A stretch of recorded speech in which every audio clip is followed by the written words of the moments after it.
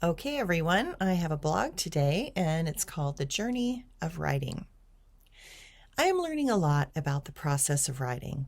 On many levels, the easy part for me is the creative process. Words easily explode out of my mind and out my hands. It is a joyful process that leads me into places of inner awareness and depth that I often feel in life, but recognize that many cannot easily follow. It is what fascinates me about humanity, how they construct their reality and how they view that reality through their myriad lenses and filters is of massive interest to my intuitive and perceptive mind. I learned very young that while we all live in the same world, each person is also living in a bubble or series of perceptual bubbles inside that world. Those bubbles are a microcosm of the greater macrocosm that is so vast that most of us in this dimension cannot fathom the many layers and nuances because our brain is not developed enough to be able to conceive of all of them simultaneously. We love the movies, television, myths, and stories because they open us to other realities and other ways of seeing and other ways of perceiving. I am no different. I have I have many of my own lenses, and yet I am truly fascinated by the energetic flows of interesting people, complicated people, super intelligent minds, and the quirky, artistic, and unusual people. When I watch, listen, engage, and dance in their flows of time and space, I broaden my perspective and awareness. To master something such as a dimension of reality, one has to be fascinated with it, willing to dive into it, and there has to be something that magnetically is so attractive that other things are temporarily set to the side. While I have loved the journey of the dancer in me in this life, I have been walking the complicated pathways to learn and grow as a writer. I remember a Vedic astrologer telling me that I was to become a writer, speaker, a person to inspire others through my words, and how I could weave almost a spell of magic with my thoughts. At the time, I was a dancer and not remotely aware that my perceptive abilities to see, sense, and understand subtle energy might move into the domains of writing. As a dancer, I loved to express what I felt through my body and not my mouth. But when the Vedic astrologer told me that, I could feel the truthfulness of what she was saying. It was like something inside woke up and said, "Finally, it is time to begin." But my human insecurity could not fathom the possibility that my higher self recognized as truth in that moment. My human self had massive amounts of reasons why that was going to be impossible. The mind likes the familiar, and that looked like too great of a risk. My human self hated to fail at anything. The mind would incessantly chatter all the multitudes of reasons why such a thing was a fool's errand. My mind said, "You don't have a college degree in literature. You don't spell well. You don't have the time or discipline. Writing is boring. You are a mover and a shaker. That is for those intellectual types." But inside, something stirred at the possibility. I come from a long line of Irish storytellers. Everyone in my family can spin a yarn. Gatherings were joyful explosions of stories of adventures, humorous moments, and disastrous moments that should have killed us. The Wagner side of the family was a wild bunch that could take the hardest moments in our lives and make them darkly humorous. As I began to write, many circumstances fell into place to allow me the doorways and opportunities to try. And I had editors that would back me up and help me take concepts and sort them in ways that allowed me to bring them into the public setting in mind. I thank Greta de Jong, owner of the Catalyst magazine, for being so instrumental in helping me at the beginning of this journey. She believed in me when I was still questioning myself and my ability. I believe that all artists are helped along the way by those souls that are skilled in certain areas where we are weak. I had been working on a tarot book for over a decade when I met Cameron Cameron. Yes, that was his real name. He had been an agent in Hollywood, but had gotten himself into a peck of trouble because of drugs and alcohol, and had landed himself in Salt Lake City, Utah to dry out and get his life back together. What he clearly saw was that talent inside me that was trying to explode out. He also could see that he could potentially market me on many levels. That gave him ample incentive to use his magical skill on me to bring some of them out. He was the first to sit me down with paper and pen and told me to write whatever I wanted for 3 hours.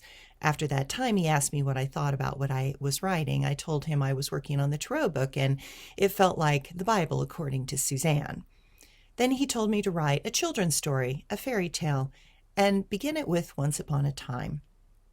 He left the room, and suddenly out poured, a long time ago, before anyone can remember, was a place we tell stories about still. It was lost when a great mist took it from us above the hills of Argamay. They say even now skeets still disappear if they wander too far into the mist.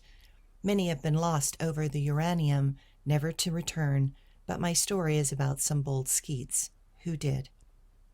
That exploded a story out of me that I wrote by hand, and it was 317 pages by the time I was done with the first book. But in the classical process of all writers seeking validation, I gave it to 5 people for feedback, and none of them either ever read it, they hated it, or they found it boring. Regardless, I never got feedback on it. When we feel unsure and insecure, we will attract those that are on the same wavelength. Their lack of response was enough negativity that I lost confidence in it, even though I read it to my first husband, John, and he cried. So many things get shelved for a bit, and I went back to the Tarot book, which was more of a textbook rather than a creative expression of my heart from my inner child. Eventually, the Tarot book was published, and I consistently get feedback from people, especially in Europe, that they believe it is the best book out there. My editor warned me, saying, "You don't make money on your first book, you don't make money on your second book, you begin to make money on your third book, and by the fourth book, you begin to gain a voice and a flow that allows others to connect with you on a deeper level." What she did not say was that I would lose my shirt on the first 2 projects. I was committed to doing the numerology and tarot book, and I brought them out together with 2 CD sets, thanks to another muse of mine, Joanna Candler. She saw and believed in me, and she gave me the courage and confidence to once again try, reach, stretch, and move past my insecurities. Without her, I would never have attempted to do all 4 projects. To put this package of 4 products out on Amazon, it cost me $135,000. Yep, you heard right. I did the self-publishing because I learned that these subjects in the self-help area don't really make money, and most publishing houses are not willing to take the risk. After doing them, I can see why. While I am very proud of the books, the world was just at the transition from paperback books to Kindle, digital books, and Audible. While I tried to do it all within a few years, the CD market was kaput and dead as streaming was happening. So I ended up with boxes of products that I could no longer sell. Then I had my editor read my fantasy book that was the creative explosion from my heart.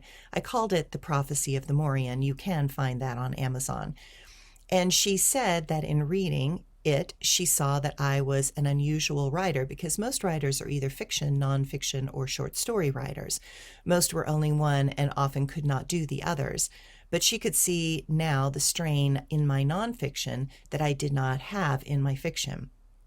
She said I was a better fiction writer than I was a nonfiction writer. That completely shocked me. I thought everyone who I had given the book to hated it, but I think they just never read it because fantasy was not their thing. I continued to write for my own joy and pleasure, to share ideas with all of you without thinking about it. Compensation, not thinking about compensation, financial reward, or whether anyone liked it or not.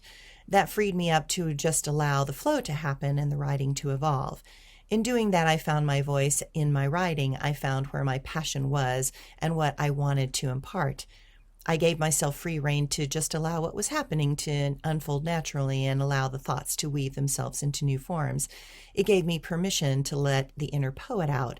The storyteller found new ways to express ideas and concepts, and my dear friend who was a producer, writer, and journalist gave me the feedback that with all the writing I was doing, I might want to do a project of sorts, to write something that I found of great interest to me and perhaps others. And that was when I decided to take all of you on my journey. That was my ballet career. It was a fascinating world filled with the very real and unusual characters. It was a world that I intimately knew, and it held powerful lessons about life and how the creative processes of dancers lead to the expression of great art.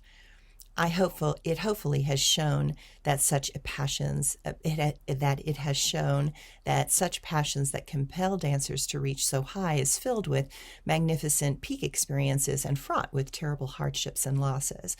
It is a tale that is honest and truthful, as I was able to express with the vulnerability of my heart and soul.